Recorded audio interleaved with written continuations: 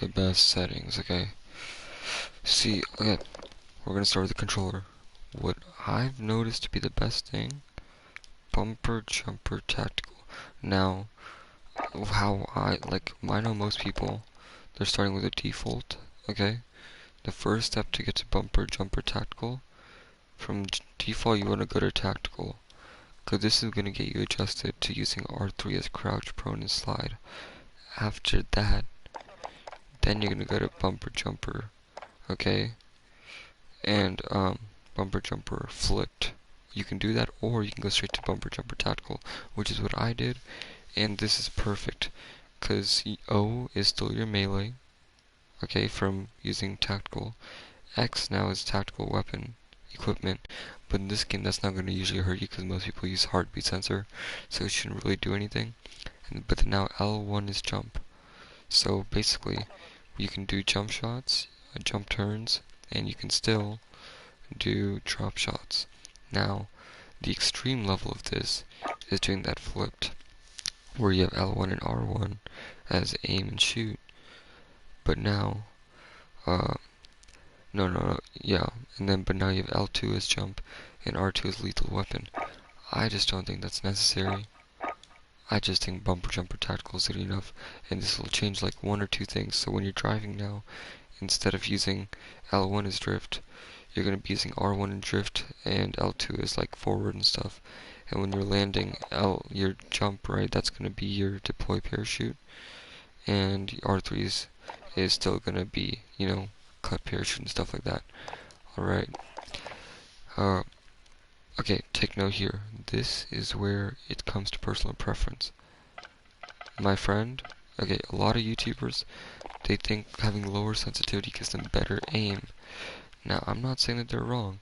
8 and 8 may be like the go-to thing, but let me just tell you, I go at 12. And the reason for this, I come from games where sensitivity being higher was like super necessary, so you can clip on. Came from Apex Legends, I came from Overwatch, and I used to play Genji, so doing all those like weird jumps, wall climbs and all that, that's crazy. So I like it high. Okay, this though, I did make mine come down from 1.25 to 0.91 because I was seeing what all the hype was about, why this is so good. Let me tell you, I am not going back. This 0.91, it is perfect. See, what this does here, when the enemy's moving, this goes at the perfect speed. Because let me tell you, with the aim assist, keep it on standard. Because when you have a standard and 0.91, it follows the enemy perfectly on track. And then this here, it just makes it even better in my opinion, because you can go a little bit ahead of them, a little bit behind them, and that really helps when you're sniping. I love sniping in this game. It's not like one-shot kills, but I just like sniping this game. It's made me really like it. I used to never snipe, but now I'm fine with it. Aim response curve, keep it dynamic. It's smoother. I tried finding the difference between all of these.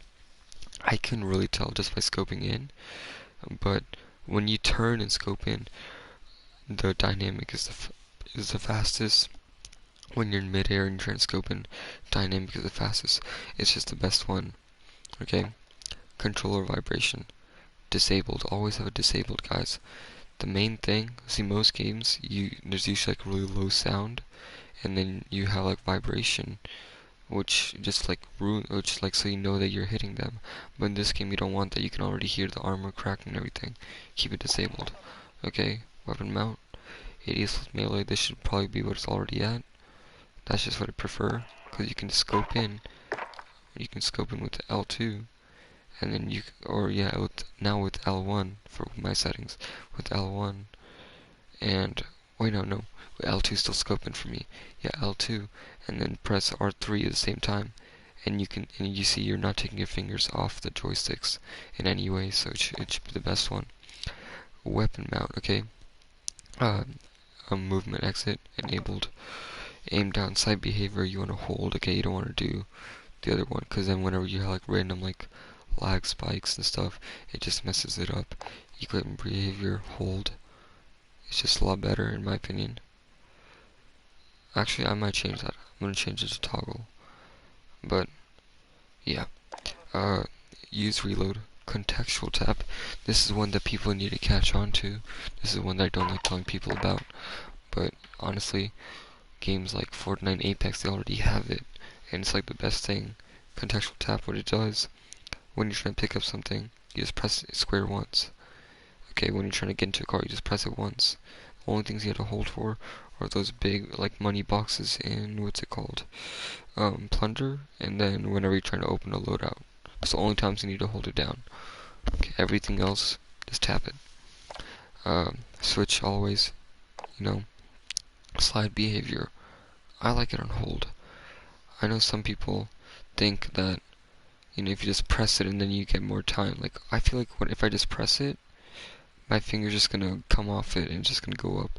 If I hold it, I'm gonna make sure that my finger's on it. Just better. Auto move forward? No.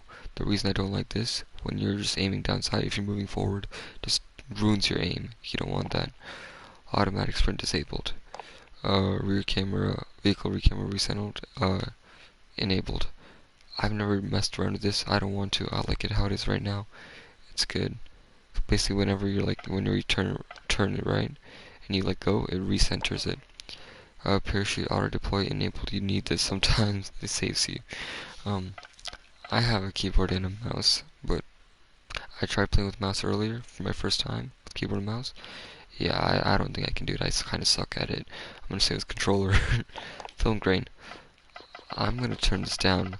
Apparently, the film grain when it's all the way at the bottom, you actually get better quality graphics. I don't know. Let's see. Okay, so like if you see on the right, you look at these two pictures. The one on the right has like more detail, but like the one on the left looks a lot more clear. So whatever your preference, I'm gonna keep it at like 0.20. Tool tips, showing prompts and shortcuts. Like when you like for me when I was doing the PC thing or like the keyboards, I didn't know what the buttons were, so like it shows me. And I'm getting used to like the new controller, bumper jumper tactical, so I would keep it on. Later I might turn it off, but I don't really see a need. I don't feel like it gets in the way. Subtitles disabled. Language selection, whatever your language is. If you have colorblind type, you can change it to whatever. Keep both of these right here, both the blurs off, so that you can see the enemy and you don't want to like be sad that you missed seeing the enemy because you had the blur on. Okay, minimap shape square. If you look at the pictures, just saying at the top left of your screen, you should never see an enemy there. You should be looking up, like head height always. And also, the square, if you look at it, it shows you so much more on it compared to the circle. So I would suggest that enable the rotation. When you have rotation on, you don't have to like keep turning around and trying to think about it. Your brain automatically just knows where everything is. Text chat enabled, profanity filter doesn't matter to me. Gore effects. Okay, these things don't matter. Okay, HDR brightness. Okay, you always want to collaborate it. So where I can barely see it, I can barely see it. Perfect. And you can change the brightness up or down. I like it right here. Just my thing. Game installs, some random other stuff. Audio mix. I'm doing boost slow right now. It's really, it just feels like a downgrade in sound quality, but it's a trade-off to hear footsteps and be able to know where the enemies are. Boost high. Like when you're coming from like home theater, you can hear everything pretty well, but you just can't hear footsteps. That's why you're like, why don't I go to boost? When boost is on, it sounds okay, but when you do boost slow, you can really hear the footsteps. But then you just can't hear gunshots as loud anymore.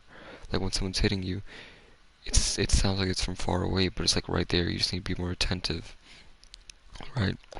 Master volume 100, effects volume 100.